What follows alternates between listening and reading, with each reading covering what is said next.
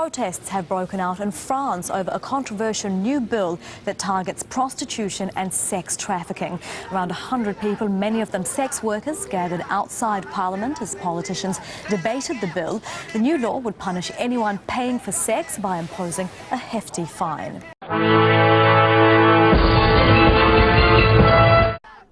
Rallying outside France's National Assembly, supporters and opponents of the proposed law gathered to have their voices heard.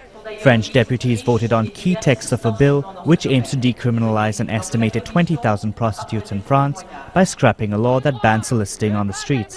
They also decided to target clients of prostitutes, hitting them with a €1,500 fine. It's a historic day for women's rights and for the recognition of their body. So society becomes aware that women's bodies cannot be bought or rented just because some clients have money and take advantage of their economic difficulties.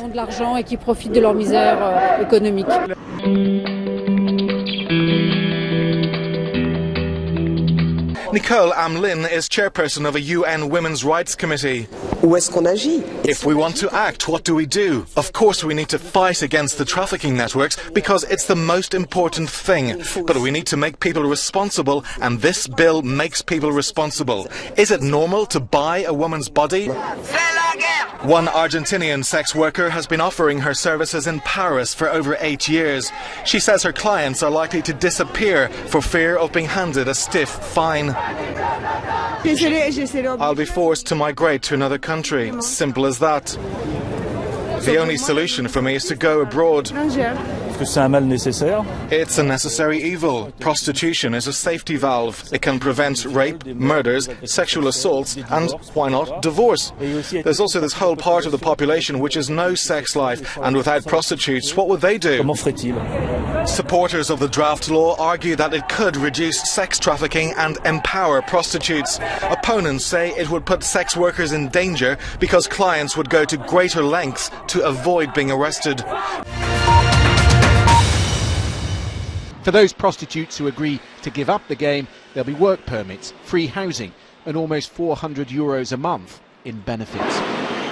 Behind the bright neon lights and the fantasy, the sponsors of this bill say there's a much crueler, colder reality in which 80% of the prostitutes are victims of sex trafficking.